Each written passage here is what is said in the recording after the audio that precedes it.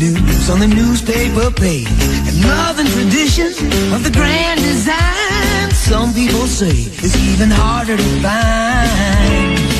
Well, then there must be some magic clue inside these gentle walls, 'cause all I see is the tower of dreams, real love bursting out of every scene. Days go by, it's the bigger love of the family.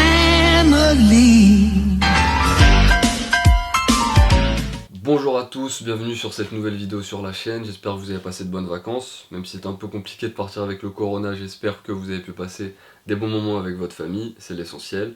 Aujourd'hui, nouvelle vidéo un peu à l'improviste, on va parler de NBA, on va parler des playoffs, parce que la saison NBA a repris après le corona, donc ça s'était arrêté un peu comme tous les sports évidemment, et là la NBA a décidé de créer quelque chose d'exceptionnel, la NBA Bubble. Qu'est-ce que c'est la NBA Bubble? En fait, ils ont privatisé tout Euro Disney. Parce que forcément, avec le Corona, il ne peut plus avoir de rassemblement. Donc on a pris toutes les équipes qui étaient qualifiées en play-off et qui pouvaient se qualifier en play-off. On a fait des espèces de matchs de saison régulière qui se jouaient pour définir le classement. Et ensuite, lancer la saison NBA de play-off. Ce qui est fou avec ce NBA Bubble, c'est que les mecs, ils doivent être comme des fous. 3 mois de confinement.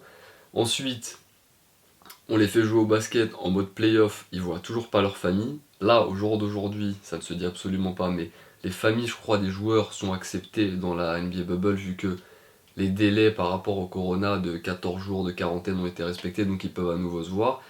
Et c'est un format exceptionnel, parce que les mecs, ils doivent être comme des fous déjà, premièrement. Au niveau psychologique, si tu veux, le basket c'est un sport très psychologique. Les mecs étaient sur 3 mois de confinement, on les envoie à Orlando, à Euro Disney, dans le complexe hôtelier de Disney, pour jouer les playoffs NBA. Donc les mecs peuvent pas sortir de la bulle, ils doivent être complètement ouersés par les réseaux sociaux, ils doivent avoir que leur phone et internet, ils doivent penser que c'est des trucs de fous malades avec tous les mouvements Black Lives Matter, les délires de coronavirus. Psychologiquement ça doit être très dur, mais ça nous donne une scène, des scènes incroyables au niveau du basket. Parce que quand t'es confiné pendant 3 mois, déjà toi tu pètes un câble, eux ces mecs là ils ont la vie de millionnaire. Ils ont la vie de mecs qui bougent super souvent pour aller dans des matchs dans différents états aux États-Unis. Et là, tu leur dis, restez tous à Orlando, après le confinement, vous allez jouer les playoffs et vous allez fermer vos gueules. Donc, c'est un climat particulier. J'avais un peu de mal au début, il y a beaucoup de gens qui m'ont dit, ouais, le titre NBA cette année, il est biaisé parce qu'il y a eu le Corona. Pas du tout, en fait. Quand tu vois le niveau de jeu proposé par certains et par certaines équipes, c'est incroyable. Moi je trouve qu'on se régale et j'aime beaucoup ce format de NBA Bubble. Alors qu'est-ce qui s'est passé? On a fini les matchs de saison régulière pour voir qui était qualifié en play-off, et une fois que les play-offs ont été définis, enfin les équipes qualifiées en play-off ont été définies, on a lancé les play-offs qui ont commencé. On est à peu près à la fin du premier tour et quelques matchs du deuxième tour ont commencé. On va revenir sur tout ça. On a eu quoi comme série? À l'Est, on a eu Celtics contre Philadelphie, Toronto contre les Nets, on a eu Denver, Utah, je me trompe, ça c'est à l'ouest, pardon, Magic Bucks et Heat Pacers à l'est. À l'ouest, on a eu Dallas Clippers, Lakers Portland, Houston OKC et Denver, Utah. Donc on va commencer par les sweeps, les swept, les équipes qui se sont fait swept. Il y a eu 3 équipes. Heat Pacers, ça a fini en 4-0, TJ Warren, le GOAT de la bubble, s'est fait éteindre par Miami. Et Jimmy Butler, c'est un peu son rival, qui avait dit TJ Warren, ce mec là n'est absolument pas dans ma ligue. Ça s'est vu sur la confrontation Heat Pacers, 4-0 pour le Heat. Ensuite on a eu Celtics qui ont balayé Philadelphie 4-0. Il n'y avait pas Ben Simmons, il y avait un très gros Joel Embiid d'entre 20 et 30 points de moyenne je crois sur la série, même si il se prend un 4-0. Et Toronto contre les Brooklyn Nets, toujours sans Dinwiddie, Kyrie Irving et Kevin Durant, donc c'était une équipe un peu de G-League si tu veux. Ils se sont pris 4-0 par les champions en titre. Il n'y a vraiment pas eu de suspense. À l'ouest, on a eu un 4-1 de Lakers contre Portland, et Magic contre les Bucks, ça a fini en 4-1 aussi. Portland et les Magic ont gagné le premier match, respectivement contre les Lakers et les Bucks, et après, déroulante, 4 victoires d'affilée pour les Bucks et pour les Lakers. Donc ça, c'était à peu près les séries qui se sont déroulées comme prévu. Les Lakers, on a eu un peu peur au début, parce qu'au final, il y avait quand même Damian Lillard, CJ McCollum, Nurkic, Carmelo Anthony, qui étaient en face des Lakers. Ils gagnent le premier match, là on se pose des questions. On se dit, voilà, LeBron pas au niveau, Anthony Davis, les Lakers continuent sur leur rythme de la bubble, parce que les Lakers avaient, je crois, le pire pourcentage au tir, et le plus faible ratio de points marqués par match. Donc, on se posait des questions, ils perdent le premier match. Après, on s'est pris une déferlante de 4 victoires d'affilée pour les Lakers, emmené par un grand LeBron James, un grand Anthony Davis toujours. Beaucoup de gens vont me dire Anthony Davis, il porte LeBron James, il met le plus de points pour les Lakers, mais calmez-vous. Anthony Davis, il tourne à 29 points, LeBron, il a 26 points. Donc moi, ça me dérange pas qu'un mec mette 3 points de plus que LeBron. Si tu veux, LeBron, il rate 3 lancers, voilà. Ça se joue à peu près à ça, le nombre de points. Donc non, LeBron est toujours le boss des Lakers. 4-1. Match à venir en deuxième tour contre Houston ou OKC. Une série qui nous intéresse beaucoup. Il y a eu le match 6 hier, tout simplement, qui a été remporté par OKC. Donc 3-3 dans la série. Houston, OKC, 3-3, on va avoir le droit à un Game 7. C'est une des affiches les plus intéressantes de ce premier tour. Et si Houston, de James Harden et Russell Westbrook, même s'il a été blessé les 4 premiers matchs, on va pas lui enlever ça, se fait sortir par OKC, c'est quand même un petit cataclysme. Il y a une image qui tourne beaucoup sur internet en ce moment. C'est une stat qui a été sortie au début de la saison NBA, le nombre de chances en pourcentage que OKC se qualifie en playoff. Il était de 0,2%, et là ils sont complètement à égalité avec un contender. Houston, désolé, mais James Harden qui est MVP, Russell Westbrook qui est MVP, c'était normalement des prétendants au titre. Normalement, il n'y avait pas de quiproquo sur ça au début des playoffs. Et on se retrouve avec un 3-3 dans la série. Donc c'est magnifique. On a un Chris Paul stratosphérique, point guard, le meilleur point guard pour moi, meilleur meneur de la ligue, hein, clairement. Parce que il gère le tempo, il gère le rythme, il sait quand scorer, quand faire des passes, un QI basket incroyable. Il est intelligent, il réfléchit tout le temps sur le terrain, ce mec. Donc Chris Paul, qui fait 3-3 avec OKC, alors qu'il vient avec Houston, alors qu'il vient de Houston de base. Il a été tradé à l'intersaison dernière. Donc c'est un peu une revanche. Et c'est une série qui a du sel, parce que Harden, parce que Westbrook, parce que Chris Paul, parce que c'est des grosses têtes et qu'on a envie de les voir. Il y a forcément du sang en playoff, il y a forcément des gros joueurs qui sortent, donc c'est ce qu'on a envie de voir. Qu'est-ce qui se passe là si OKC gagne le match 7 ? Ils vont aller jouer contre les Lakers. Donc peu importe le gagnant de cette série, le mec joue 7 matchs.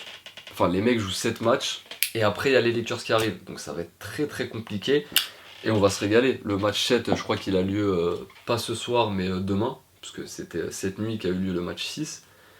Et on va voir. Toujours indécis pour cette série, qui est une des plus passionnantes de ce premier tour. On va pas se prononcer, j'ai pas envie de faire un pronostic, je vais encore me tromper.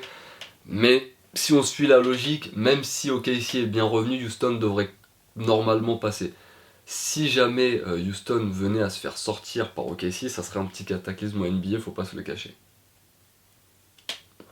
Ensuite, avant de rentrer dans la deuxième série, la plus intéressante de ces playoffs, on va parler de Dallas Clippers, avec un Luka Doncic incroyable. Première série de playoffs en NBA pour ce gamin, il a 21 ans, 30 points, 31 points de moyenne je crois, 2 performances à 40 points, quasiment des triples-doubles à chaque match, il est lunaire.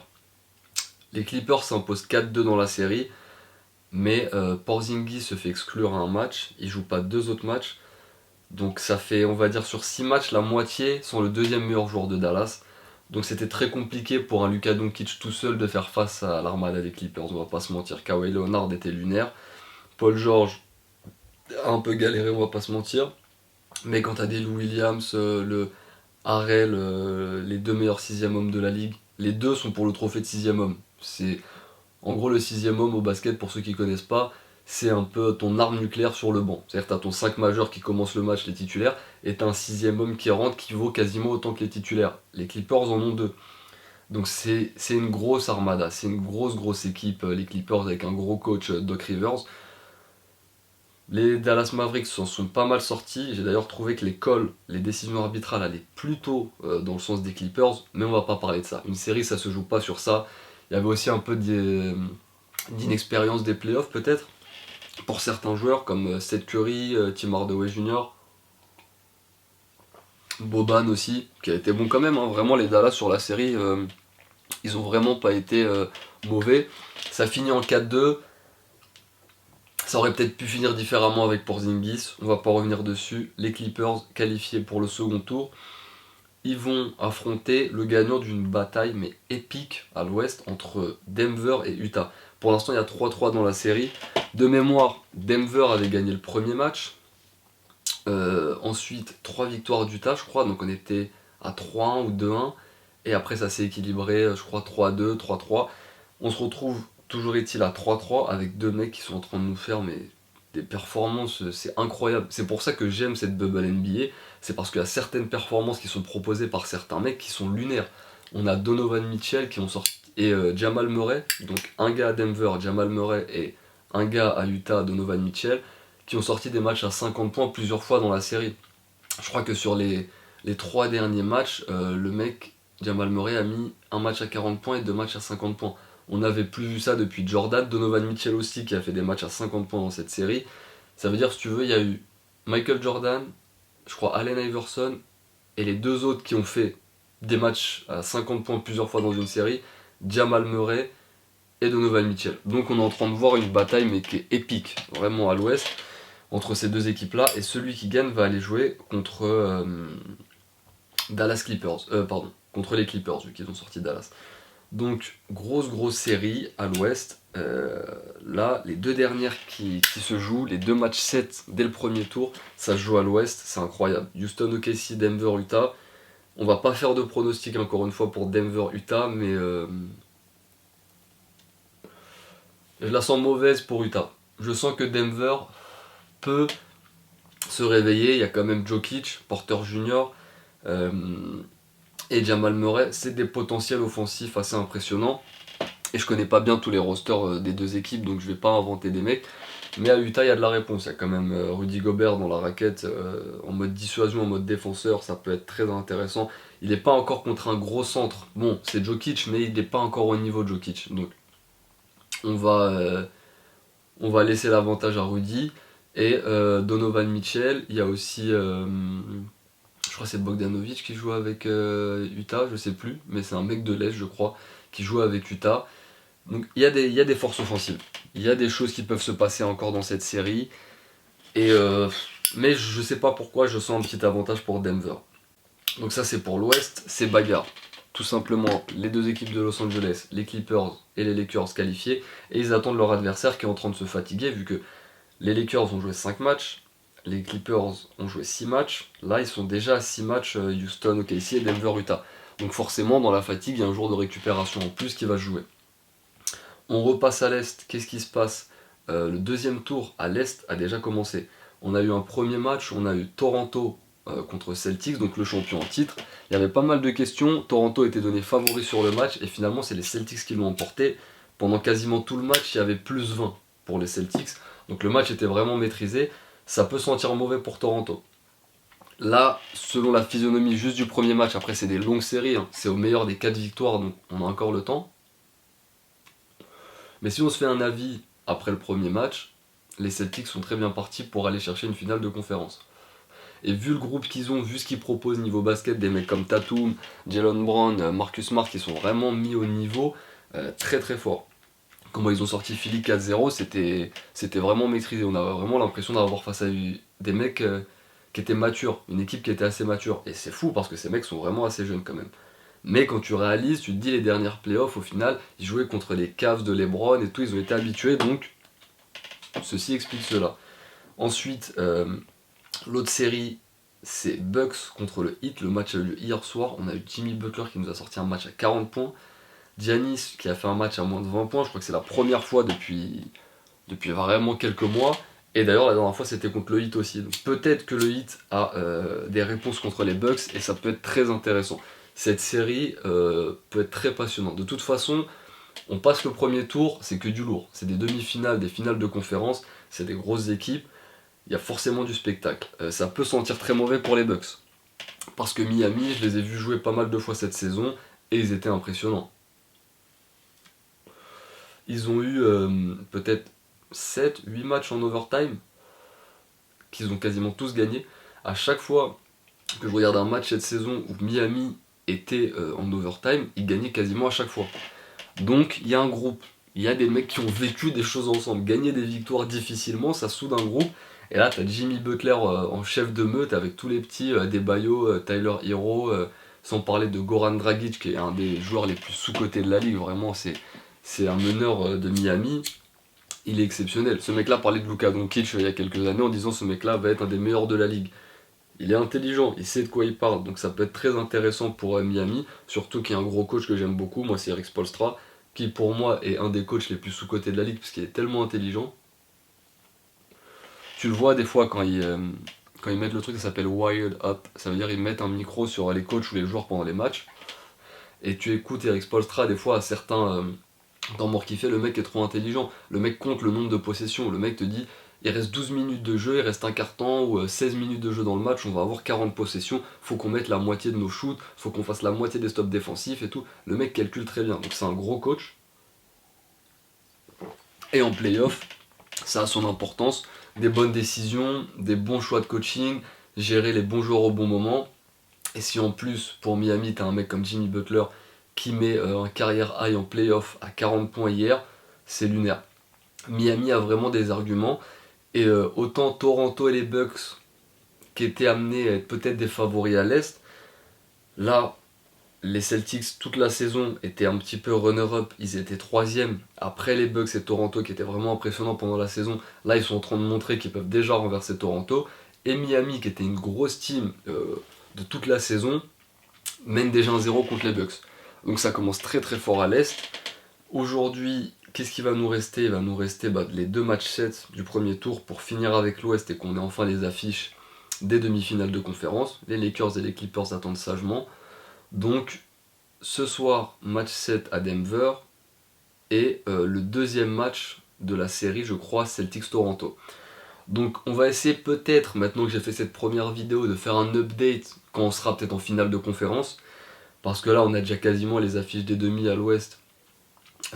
Lakers et Clippers qui attendent, donc ça va commencer. Je sais pas si on va parler tout de suite des premiers matchs, là c'était plutôt un bilan du premier tour, même s'il y a des matchs du second tour qui ont commencé. Donc on va essayer de se tenir au courant. La NBA Bubble, moi je suis vraiment pour moi c'est pas du tout un championnat biaisé, dans le sens où quand tu vois le niveau de ce que proposent les mecs, quand tu vois le basket qui est proposé, t'as pas l'impression que les mecs sont restés 3 mois enfermés dans le corona quoi. Donc j'attends beaucoup de cette fin de saison.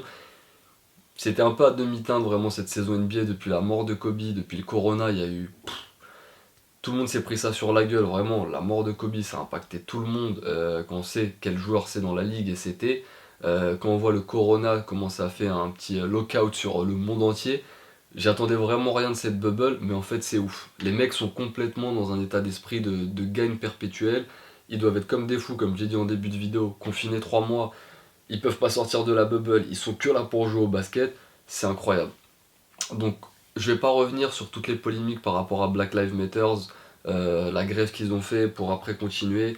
C'est des conflits d'intérêts, nous on est là pour parler de basket. J'ai pas envie de parler de choses qui pour moi sont évidentes.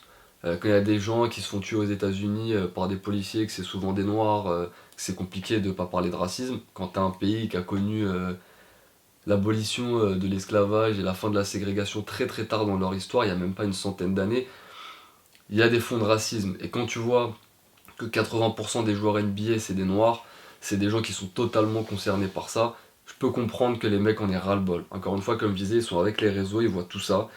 Qu'est-ce qui fait le plus de bruit? On va dire, philosophiquement, un arbre qui tombe fait plus de bruit qu'une forêt qui pousse. Donc quand tu vois les réseaux, tu vois les gros titres, tu vois que des choses horribles, donc les mecs en ont eu marre. Je pense qu'il faut les comprendre.